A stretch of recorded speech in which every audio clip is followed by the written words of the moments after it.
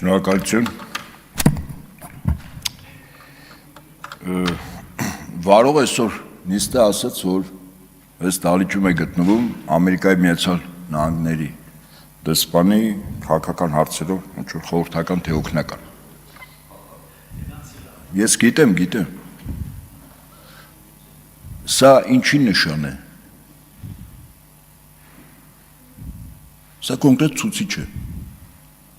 Հիմա տեսականորեն պատկերացրեք, որ մեր ընկերների նկարներ, որ այնտեղ են,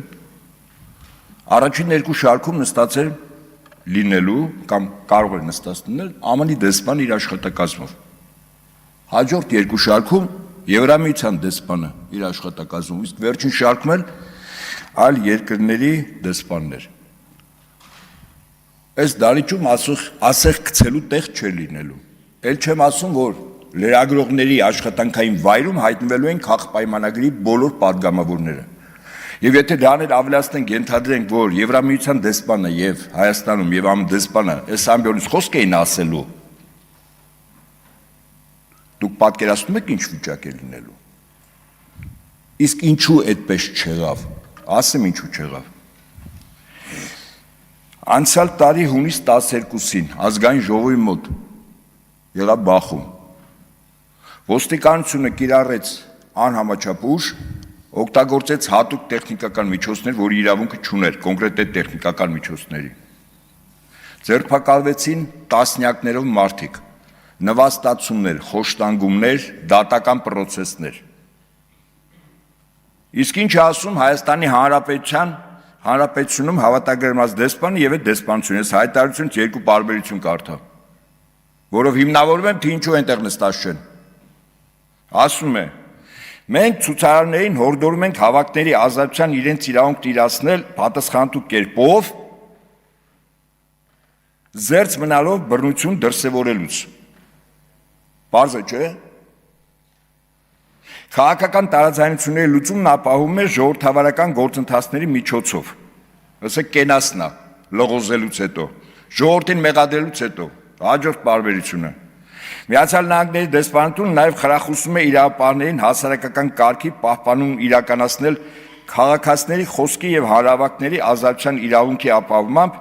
եւ քննություն իրականացնել բոլոր այն միջադեպերով, որոնց ընթացքում տեղ են գտել ընթացակարգերի հնարավոր խախտումներ, այդ թվում ցույցեր լուսաբանող լրագրողների հետ կապված։ Այսինքն տասնյակներով ծեծել, ջարդել, մեքենաներ մեջ նվաստացնել, հետո ժամանակավոր պահման վայրերում նվաստացնել, հետո մարդիկ հաշվանդամ դարձան։ Եվ էս է Ամերիկայի դեսպանության կեցվածքը։ Ես կարծում եմ, որ այս հայտարարությունից հետո համարժեք արձագանք չեղավ։ Ոչ միայն այն ժամանակ Տաուշը հանուն հայրենիքի կամ հետո սրբազան շարժման ղեկավարների կողմից, ընդհանրապես Հայաստանում ընդդիմադիր դաշտի կողմից չեղավ համարժեք։ Սա նշանակում էր ինչ որ ես կարդացի։ Նիկոլ Փաշինյանին 100%-անոց կանաչ լույս տրվեց, ցանկացած գործողություն անելու։ Ես համակարծիք եմ իշխանությունների այն ներկայացուցիչների հետ, որոնք ասում են, որ քաղբանտարկյալ չկա, ես էլ եմ գտնում, քաղբանտարկյալ չկա։ Կամ պատանդառուներ, գերեվարվածներ, պատանդ են այդ մարդիկ։ Հիմա առաջարկս ճիշտ թիրախ ընտրել, իսկ մենք ճիշտ թիրախ չենք ընտրել։ Եվ այդ թիրախը ոչ ազգային ժողովն է, ոչ կառավարության շենքն է, ոչ էլ նախագահի նստավայրն է։ Հայաստանի Հանրապետությունում երկու շենք կա։ Հայաստանում ԱՄՆ դեսպանությունը եւ Եվրամիության դեսպանության շենքը։ Իսկ որպեսզի իմ ասածը ես ավարտեմ, տեսական չհնչի, բերեմ երկու փաստ, թե ինչ ասել է ԱՄՆ դեսպանից պահանջել, որ իրավունք ունենք, որտեղ ԱՄՆ-ն է եւ Եվրամիությունն է աշխարհում ներկայանում մարդու իրավունքների պաշտպանության ավանգարդում, որպես շոքեքարշ երկիր եւ կառույց։ Անցյալ տարի մայիս ամսին արտգործնախարարության մեջ մեծ ցույց եղավ։ Իշխանությունները ձերբակալեցին մի քանի տասնյակ քաղաքացիների։ Հաջորդ օրը հայկական ժամանակը վերդիկտը դրեց։ Պետք է ձերբակալվեն նաև այդ հավաքի փողոցային անկարգություններ կազմակերպիչները։ Իսկ դա առաջին հերթին եւ ուղղակիորեն Բագրատ Սրբազանի մասն էր։ Ինչ լուծում եղավ։ Լուծումը հետևյալն էր.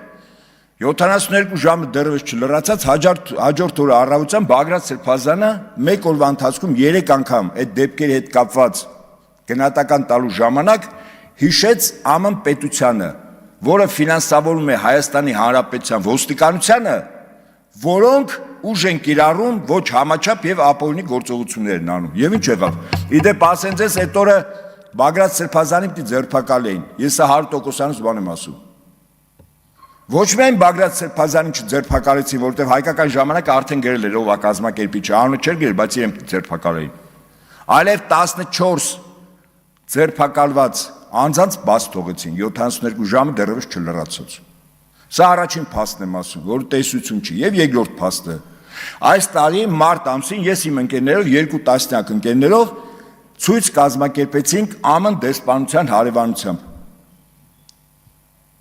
Մի շարք պաստառներ կային, բայց ամենակարևոր պաստառը ԱՄՆ դեսպանին նշված էր persona non grata։ Արձագանքը իհարկե այդ հավաքի երկու նպատակ ուներ, առաջինը դա ավարտում եմ, երկրորդը կենսաբանական լաբորատորիաները։ Արձագանքը մեկ օրվա մեջ 760 հրապարակում 10 պետությունում։ Ընտրենք ճիշտ թիրախներ,